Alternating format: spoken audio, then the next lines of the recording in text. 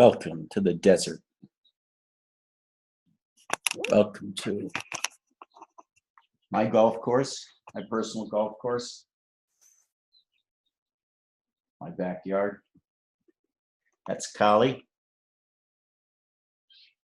Kali's the queen of the house. Max, that blue behind you is so beautiful.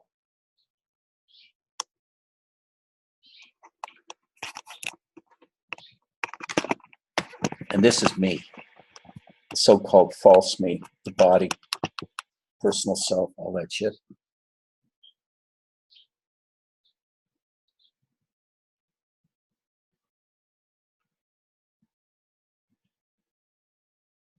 You know, I see so much spirituality, or what passes for it, on Facebook and elsewhere, as the denial of the personal self.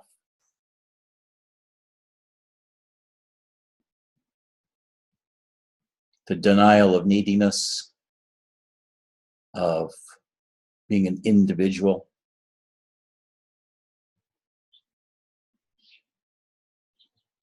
of having needs, wants, desires, etc. All of those are supposed to be transcended in spiritual work. Nisargadatta talks about it, Robert talks about it. Ignore the world, ignore your body, ignore your feelings, ignore your problems. They don't mean anything. They're just hindrances to self-realization. But by self-realization, I mean something different than what they mean.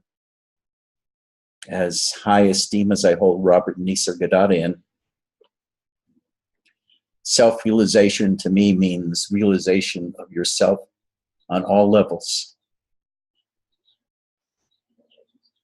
From the physical body, scanning your body from toes to head, inside, feel all the pressures, feel all the sensations, feel all the energies inside and outside.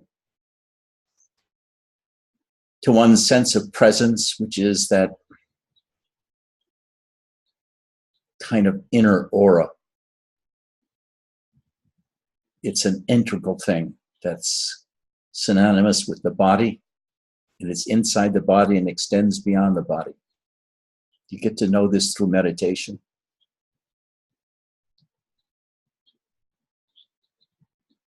It means knowing yourself as a person,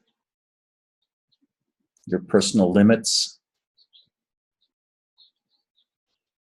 your aptitudes, your places where you lack in aptitude, whether it's math or whatever it is, ability to communicate.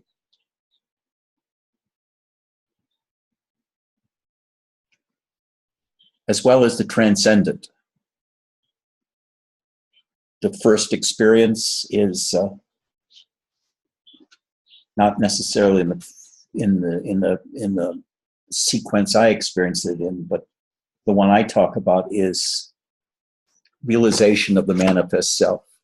Now, this little book is by Nisargadatta, Self-Knowledge and Self-Realization. It was written in maybe 1960 or 61, translated and published in 1963. Here he talks about realization of the self as God, what I call realization of the manifest self. Divine visions means acquaintance with and crystalline understanding of the universal energy. God and the devotee are one. In his very nature, the devotee is identical with God. So long as he had not realized what God has not realized God, one does not know what justice and injustice are. But with realization, the devotee comes to know the distinction between justice and injustice, the eternal and the effervescent, and this leads to his emancipation. Well, he talks about even going beyond that to the absolute, the witness of God, the witness of experience. This witness cannot be experienced itself because it is the witness of all experience.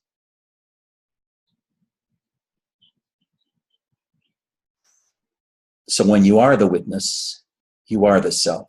The self he talks about as the absolute. So there are various levels of self. There's the personal self, which we all feel. Otherwise, we wouldn't be coming here.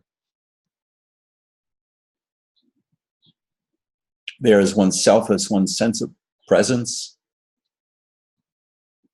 Oneself is the sense of void, of the emptiness within, which is also discovered by meditation. The energetic self, or the sense of presence, the various energies within one, chi, kundalini, personal energies, whatever they are, the energetic self. And the absolute. You don't know the absolute, but you know of the absolute, and you know that you are the absolute when you are merely the witness.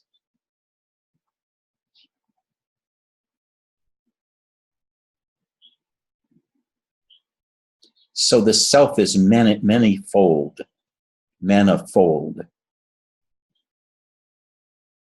In a sense, it includes all of what you see, hear, feel, and touch, because that comes out of your consciousness as an individual. Nisargadatta says, forget about your consciousness as an individual and accept it as universal consciousness. All of Eastern spirituality, especially Buddhism, seems to be based on the need to transcend the self, one's wants and desires, while developing a strong sense of personal self seems to be the goal of Western psychology. And these two are in opposition.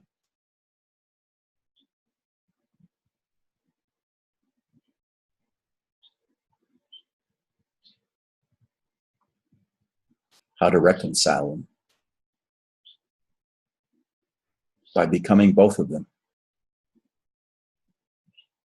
By becoming a fully mature individual self,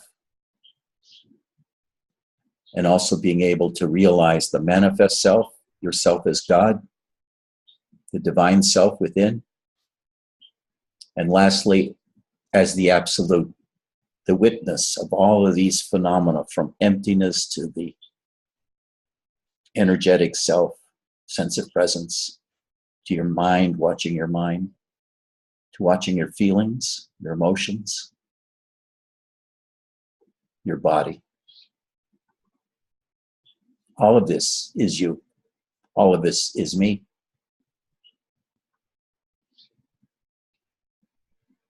Nisargadatta says, and ignore your individuality. I say, embrace your individuality. Because that's God incarnate as you. You are an incarnation of God, of the life force, the Holy Spirit, anything else you want to call it.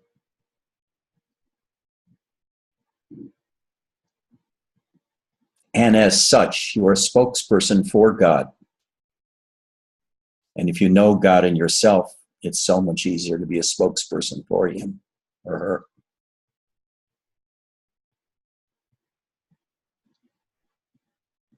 So that's what I talk about, is how to get to know yourself. This knowing isn't intellectual knowing. You don't get it from books. You don't get it from thinking. You get it by being self-aware. Becoming aware of yourself at all levels. And you might ask, who is it that gets aware of the self? I already made that distinction. The absolute is the seer, the knower, So the knower is getting to know him or herself as the body, as the mind, as the emotions, as the person that you are.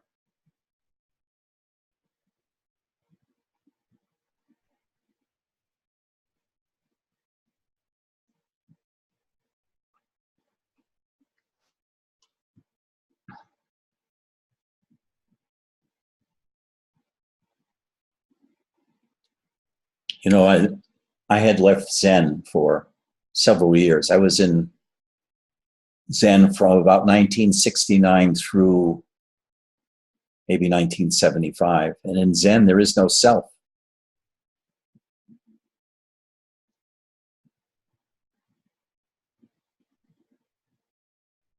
Emotions are to be transcended. They're objects to be watched.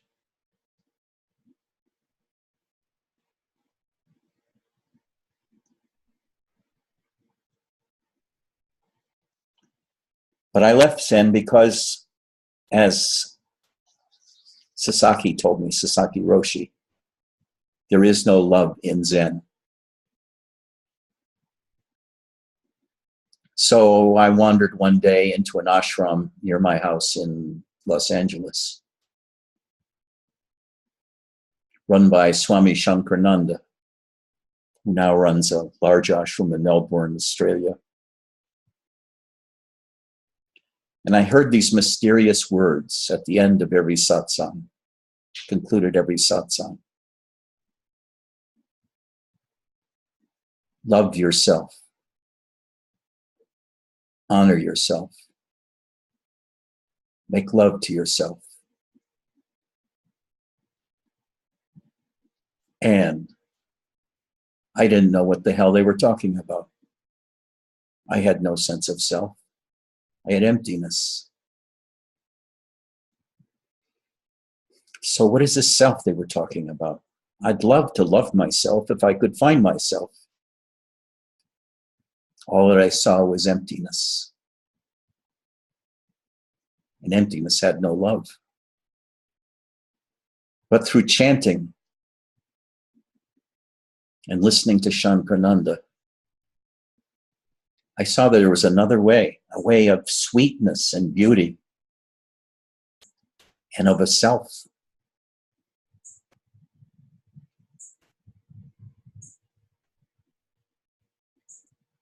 And it wasn't until many, many years later that I found this self, this sense of self. It was through love of a person, a human being, a woman. And in her, I saw God. And through seeing God in her, I felt God in myself. Through feeling love for her, I became love itself and was able to love myself because I found the I am, so to speak, the I am sensation within, near the heart.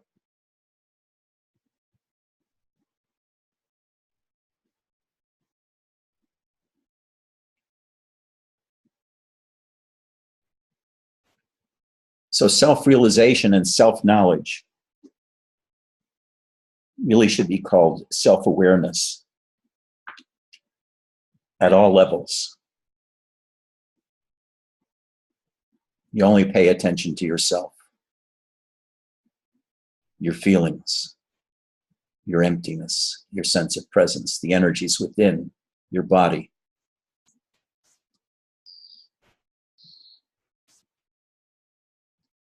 And thereby you become rather isolated, but you're aware of everything inside. So that when somebody does come to you from the outside, who loves you, and you love him back, her back, the self as the manifest self, as the divine, is found in yourself through loving her or him. But first you must be completely concentrated and self-aware. You need to meditate. You need to practice self-inquiry.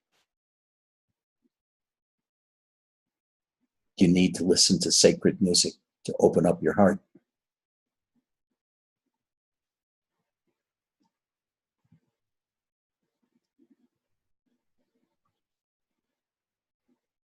But people in spirituality coming into it, especially newcomers that just read books, have so many preconceptions of what spirituality is about and what enlightenment is about, what self-realization is about. All of these are concepts.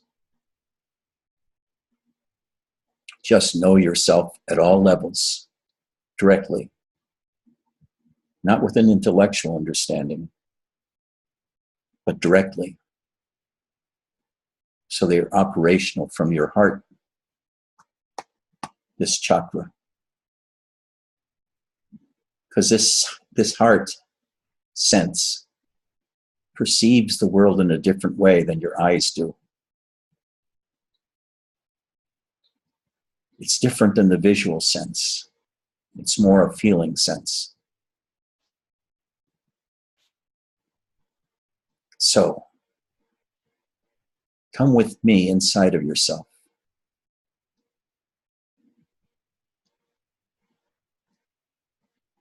Close your eyes.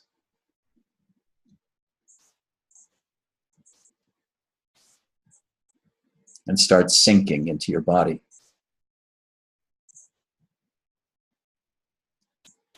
Have your attention go from your eyes to your mouth, to your throat, and downwards into the heart. You can practice that as a meditation 12 hours a day if you want. Sasaki calls it moving the center of gravity of your attention. Moving your center of gravity from your head to your heart, or for him, to the gut. The gut is will. The heart is love. Now, I know many of you come here or come to any spiritual teacher to get out of feelings because you feel too lonely, too isolated, too sad, too depressed, too angry, too hurt, too jealous, too envious. And it's painful for you. You don't want to be in pain. So you talk about the transcendent and look inside of yourself for the permanent, the absolute, or the sense of emptiness or the void. Because the void cuts through all feelings. If you have big feelings, all you have to do is stop, rest inside of yourself. And they're absorbed there. They're sort of cut down in their intensity.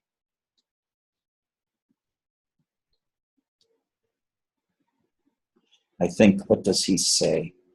Nisargadatta said something.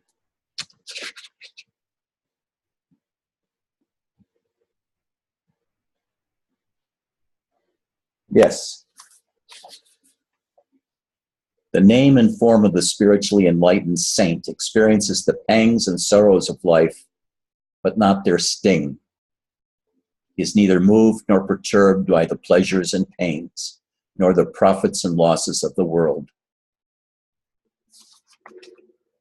But with that also comes not being moved by the pleasures or by love. Nisargadatta's teachings are teachings for old people that are about to die, not for youngsters in their 20s or 30s or 40s. They're for somebody that's been around the block for 3 or 4 times or 5 times and have not been satisfied with what they've learned or experienced. and they want out. So this says there is an out, which is realization of the manifest self or the divine. And beyond that, that even the divine is witnessed by the absolute, of which you are one representative.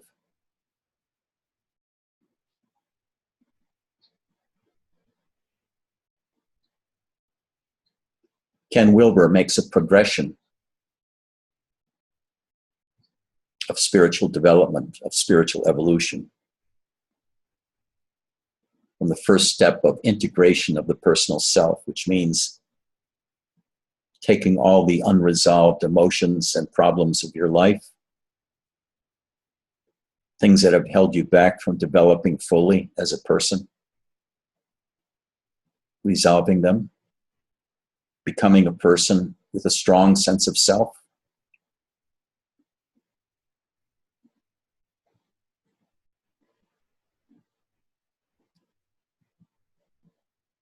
And then transcending that. There's various states of transcendence he talks about.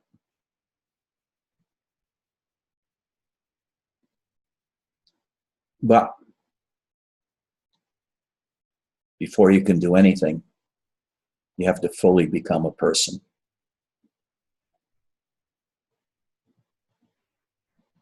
And that usually means being in psychotherapy. Even for people that consider themselves rather advanced spiritually and relatively happy. Could be that you're happy because you haven't let the feelings out, the deep feelings, the horrors, the psychotic core, so to speak.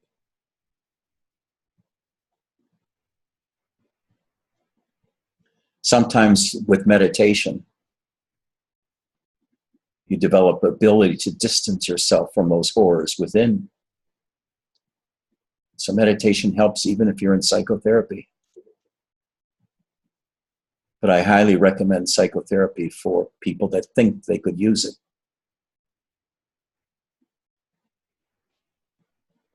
And what is found in Nisargadatta over and over again is the idea of devotion.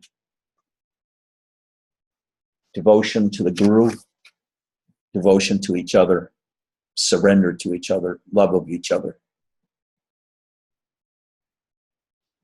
This is the fastest way to the divine, experience of the divine.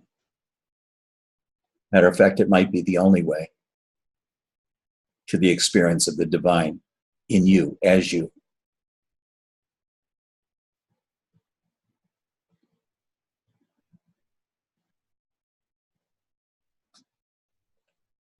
To know the divine is divine.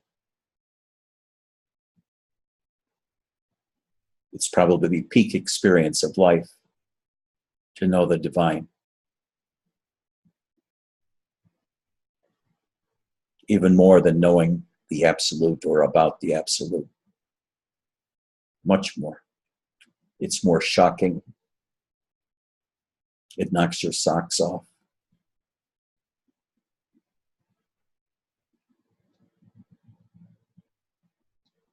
But it takes introspection. It takes going inside and untying all those complex feelings and energies within yourself and making some sense of them, rather than have them a seething mass or a soup of intertwined emotions and energies. You want to be able to differentiate between emotions and raw energies.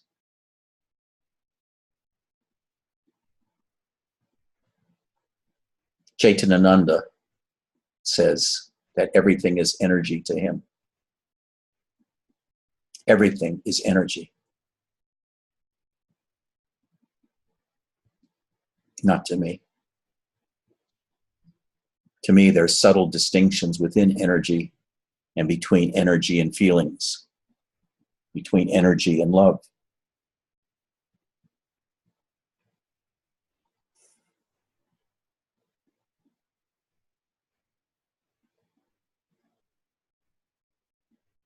I don't know what your experience is, nor do I know what you want.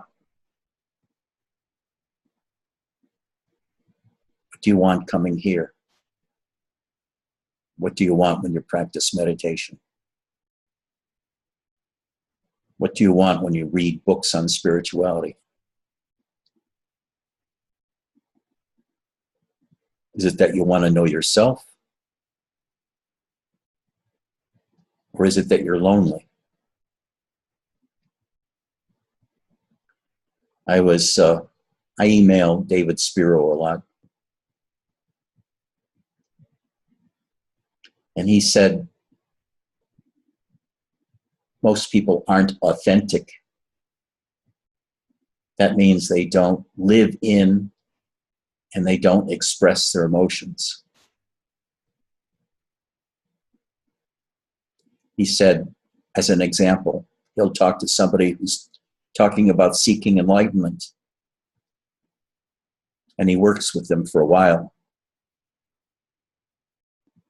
And what comes up is really that they're lonely or they're depressed. But they lead with this concept of enlightenment. They're seeking enlightenment when really they're seeking contact. They're seeking to love and be loved. And this is true of most of us. Even Robert sought love among his women students.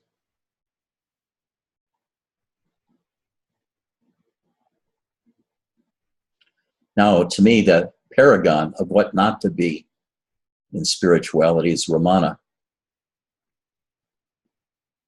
who realized himself as spirit at age 16, and then sat in meditation for 20 years, just observing that manifest self, the Atman. The Atman, which is the spark of God in you. And that's all he did. Just look at the Atman in himself. As I watching the Atman. The I from the heart sense watching Atman within.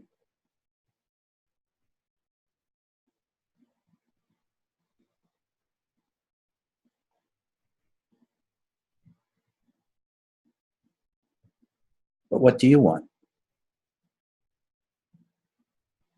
Have you any idea?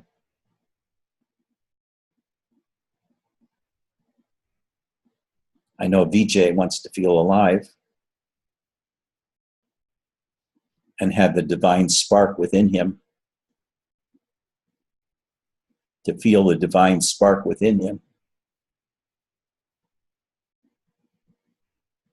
Max wants everything right now.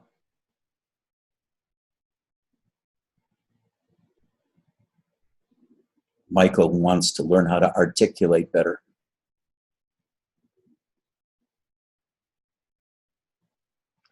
I have no idea what Kevin wants. He's pretty silent. I asked him and he doesn't know. Kevin is staying here with me, along with Michael. But what do you want? It's really important to know yourself, what you are for yourself, what you want in yourself, what you want in your life. Is it a sense of direction? Is it an experience of God? Is it an experience of yourself as a total entity? As a person? Do you want love in your life? Do you want a lover? Do you want a guru? Do you want energies? Do you want to feel the Kundalini exploding within you? If you know what you want, really want, when you come here or go anywhere, it's so much easier to experience or have. in your real life than merely coming here not knowing why you're here.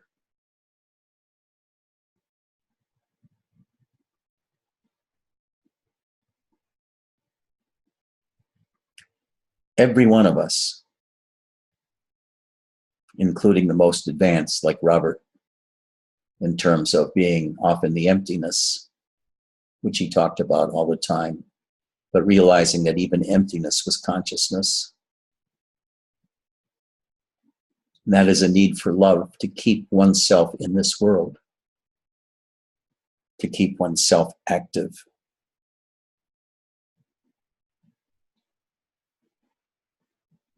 To keep oneself sane.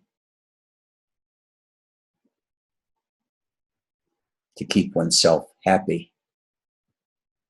Not the kind of happiness that comes from the absence of suffering. Not the kind of happiness that comes from deeply meditating for a long period of time. So you have the void, you have your sense of presence, you have your body.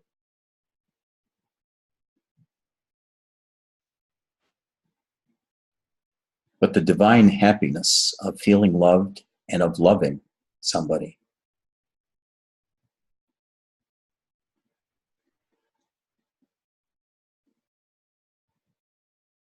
How many really have this or have had it? How many miss that in their developmental structures?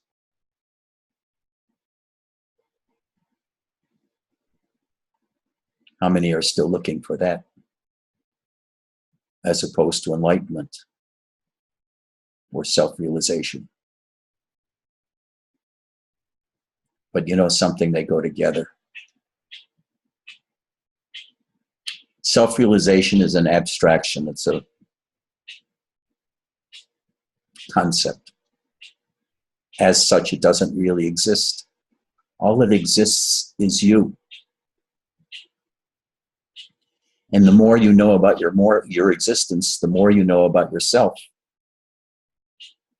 And the more you know about the self leads to ability to be self-realized, which means to feel totally alive and permeated by the life force,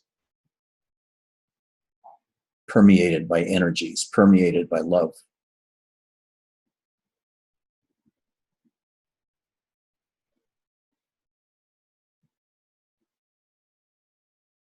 And this permeation is so grounded, so flowing and fluid, so ecstatic, so messy, so seminal, so liquidy, that it's entirely comforting.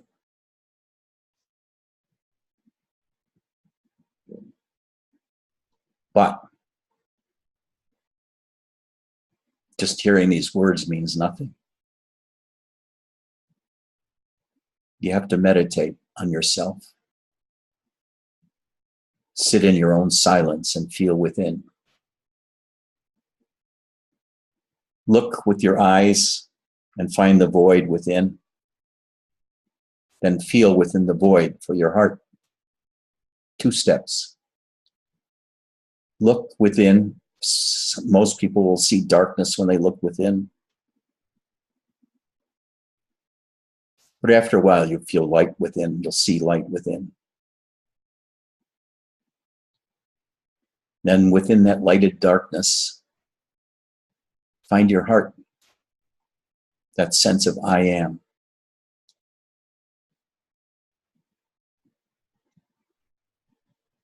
Now, Nisargadatta teaches a different kind of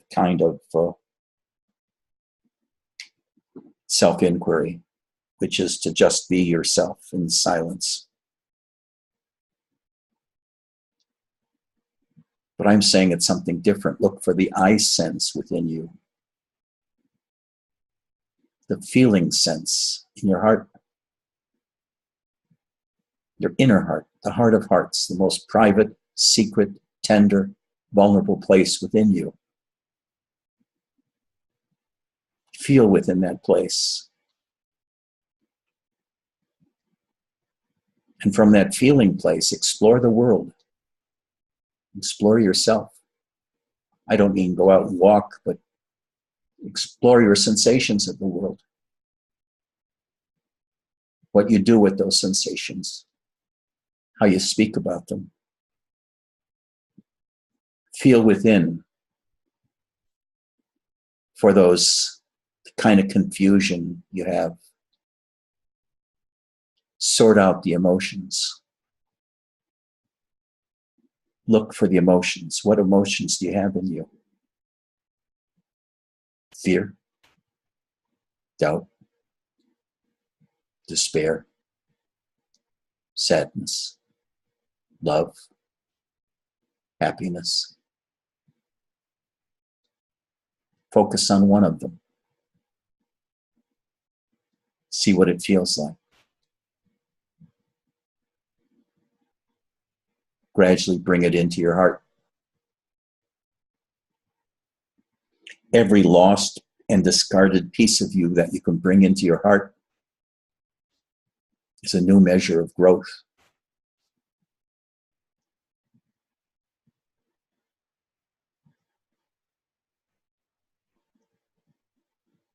There is no end. There is no final enlightenment.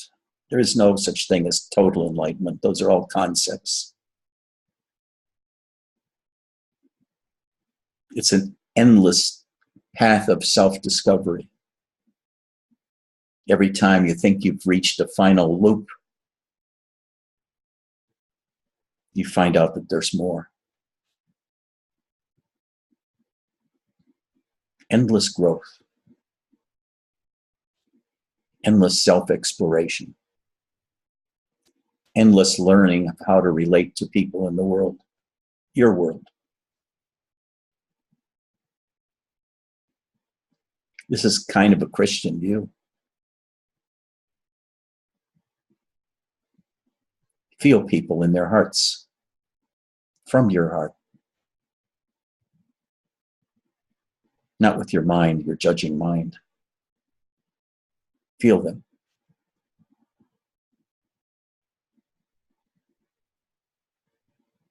You may not like what you feel. You may want to distance yourself from those feelings and from that person. But that's better than judging and saying, no, not for me. Feel their heart. Feel your own heart in response to their heart. What do you want from them?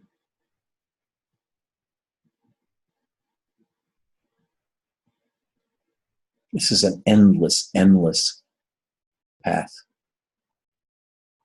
Constant growth. Constant change. And then in the last step, when you grow tired of everything,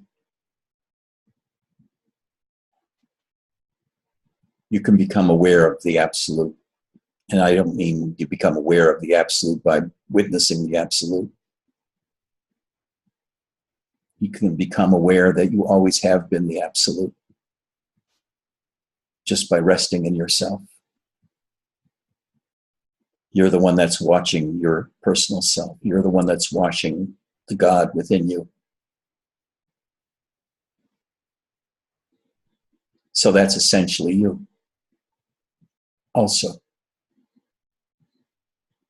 But you can participate in the personal self fully as an incarnation of God, an incarnation of the divine working through you. But you have to realize too that the tasks that are given to you from without may be disappointing you, may make you lonely or frightened. Don't be afraid of the emotions. Look within for the emotions. Go after them. Not aggressively, but passively, lovingly. Own all parts of yourself, from childhood memories of trauma to whatever emotions you've been repressing, and you'll know that they're there. And just relax and unsuppress them, unrepress them. Just relax your body totally. Sitting in a chair. Whatever comes up, comes up. And eventually everything comes up. Desires, needs, hurts, enlightenment, the divine, the energetic body, one sense of presence. They're all exposed to you, the absolute. But you can identify with any level of self within you, from your body to your sense of presence, to your personal self.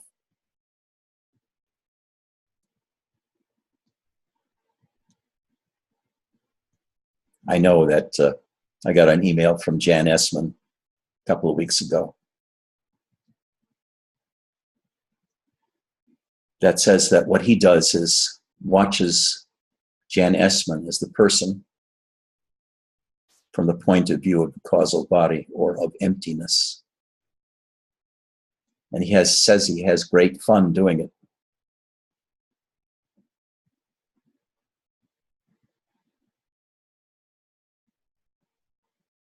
That's advanced.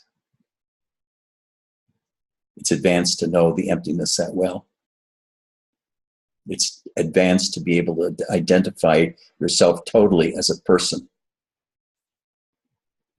And then watch that person from identification with the void, so to speak. And to play with that person from the void.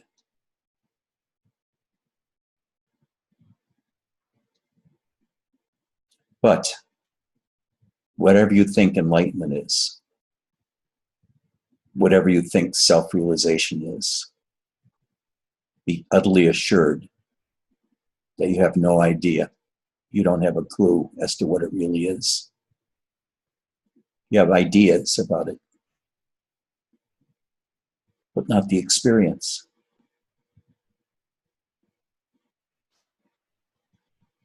What I want to give you is the experience, not of self-realization or of enlightenment, but an experience of yourself at all levels. Emotionally, body-wise, presence, the light of consciousness, the void, emptiness, the absolute as witness. Now, that's what I give. What do you want? What do you want? Be very clear about what you want.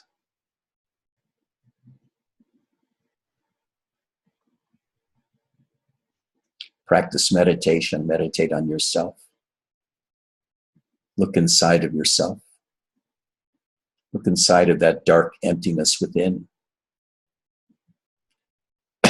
And then after looking, feel inside of you the same area, especially in the area of the heart. Look for your heart. And within that heart, find your heart of hearts, the most secret, vulnerable place within you. And dwell there for a while. Because when you dwell from there, everything is revealed to you.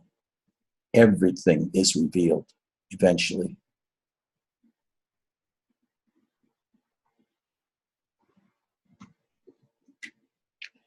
Does anybody have any questions?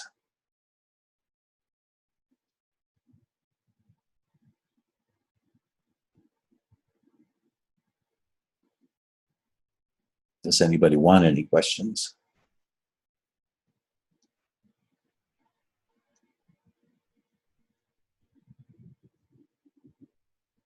I see Angela has gone into the darkness. She's gone to the dark side.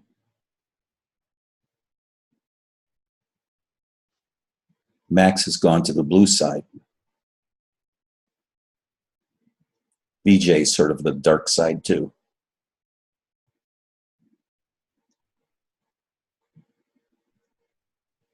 Sukai sent something.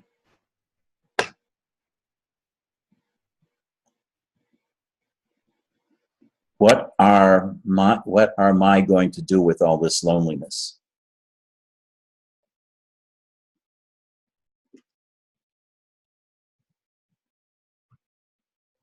You got to get that box out of there.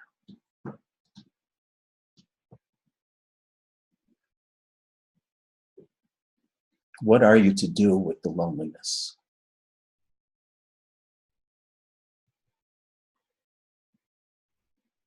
First of all, feel the loneliness.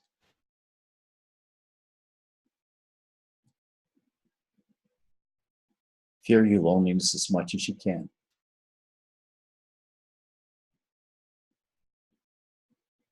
Totally own it.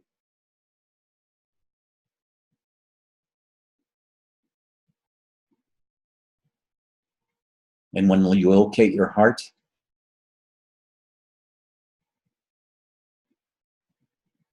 slowly bring that loneliness into your heart.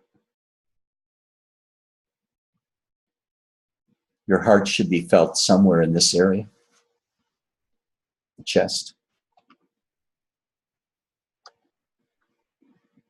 It's a feeling, a sense of ownership, a sense of existence. I exist. I am. And in that loneliness, just stay there in the loneliness.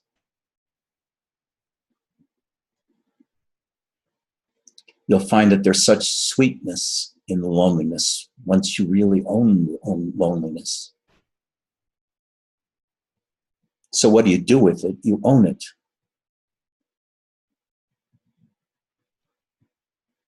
You take it on as your personal property. You invest yourself in it. You don't run from it. Let it become you. Let it fill you with infinite loneliness.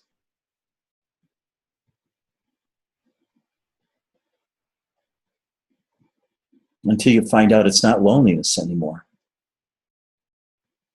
It's yourself. It's part of yourself.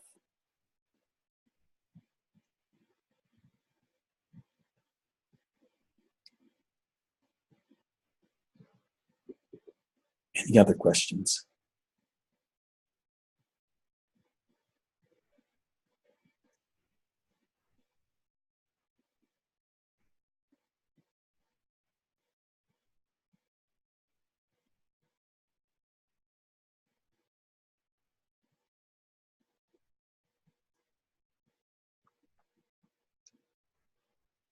Any other questions from anybody? Michael never asks a question. He thinks he knows everything all the time. I already know that. I've already heard that. I've already read that. I know that already. Kevin will say, I don't know.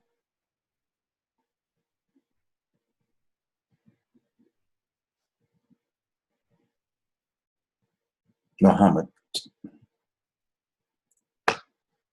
Okay. From Muhammad, what is nothingness? Well, you see, you're asking for a definition of a word, which probably means you don't know what it is or you don't have it in your experience. But here's my definition. Nothingness is when you go to sleep and you're not experiencing anything anymore. In the morning, you come from emptiness or you come from nothingness, and at night, you return to emptiness or nothingness. And there's a distinction between emptiness and nothingness. Emptiness is a state that you acquire after prolonged meditation by looking inside of yourself and finding there's nothing there. There's no sense of self. There's no mind. There are no thoughts. just emptiness.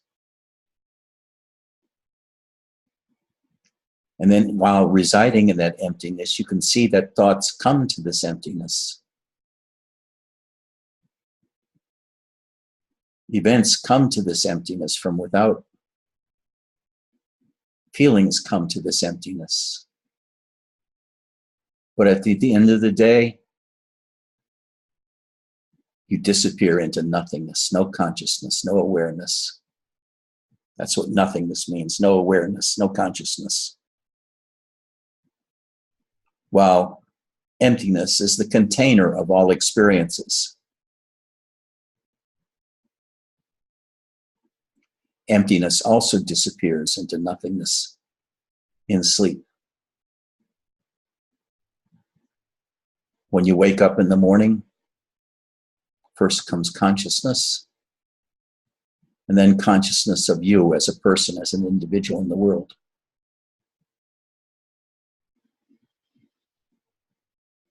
There are many, many, many, many other states too. States like when you realize you are emptiness. States when you realize you are bliss. States where you realize you are love. Being awake state. Being in the causal state of the great void. Being in the energetic body, where you feel your sense of presence and the energies within you. The bliss within you. All of that is an experience in the energetic body, which is also called my God, what's the name of it?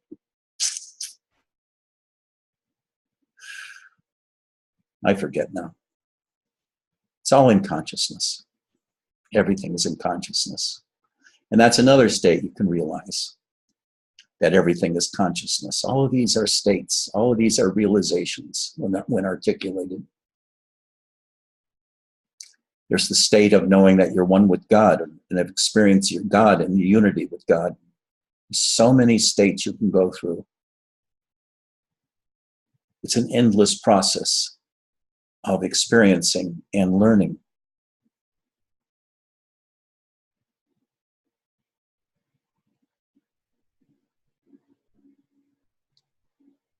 Well, there was another question too.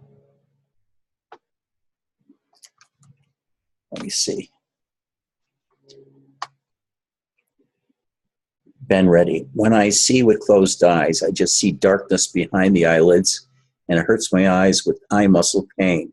There's no spaciousness there. It hurts my eyes muscle. So I stopped looking from the physical eyes and in the darkness. All that I can say is you have to persist. Your eyes feel strained because you're looking inward into your head. And that's where the light of consciousness is found. But the empty space, you already know. You see that within you. Not only your head, but down into your heart. So instead of looking with the eyes turned inwards, which will strain the muscles, but after a while, you get used to that strain if you want to. And that can open the third eye, the light of consciousness. But I advise you to go directly to the heart and feel your heart, not look at your heart. Feel your heart.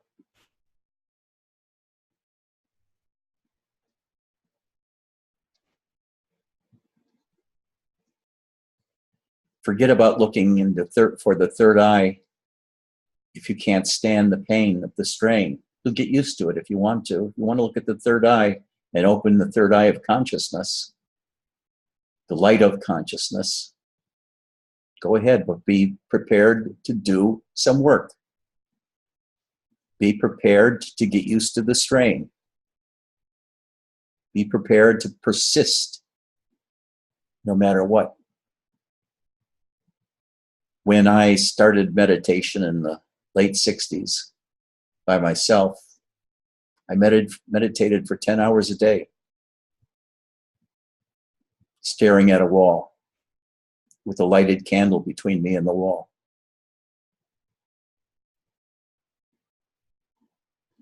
And I looked at the third eye, this one, like you did. I felt the strain. Looking inwards and upwards about an inch inside, I felt the strain, but I got used to it. And sure enough, after a small period of time, a few days, I noticed a blue light inside. And this blue light expanded to my entire brain, then my entire head. And it was no longer blue by that time, it was just translucent.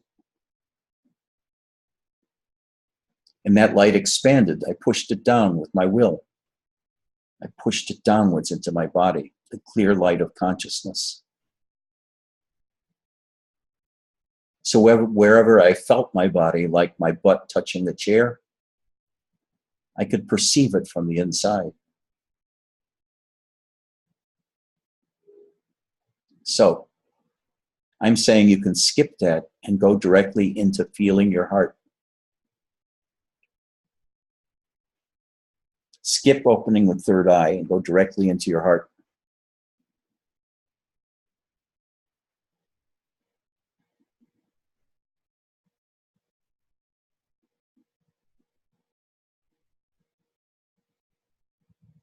Any other questions?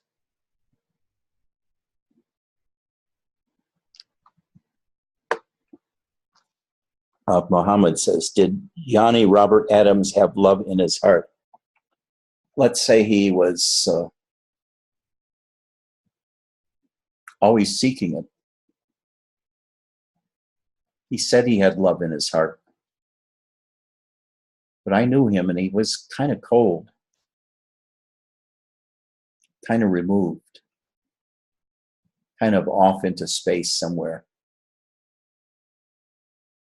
But I knew he sought love in order to keep himself here in the world. I would say that Robert didn't have much love, but he sought it.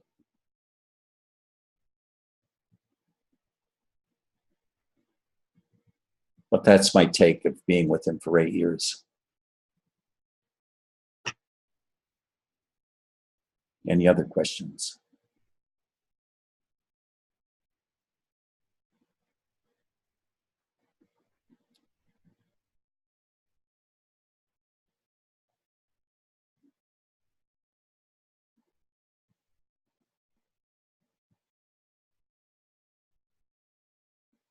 I got another question.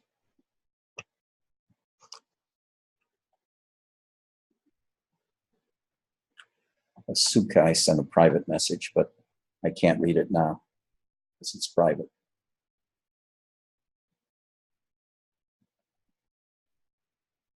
Any other questions?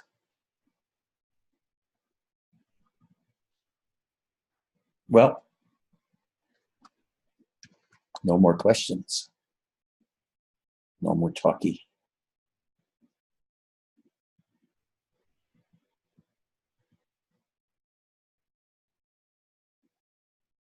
Sukai, feel the loneliness. It's not going to kill you. It's not going to hurt you. You only grow from it.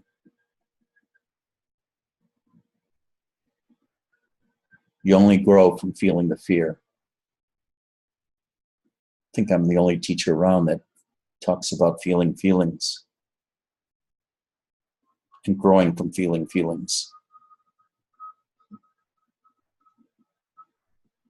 That's because I have a background in psychology. I've been in psychotherapy myself for 7 or 8 years. And then getting a PhD in psychology, which meant I studied it further. Did a PhD dissertation on spiritual practices as defenses against feeling feelings.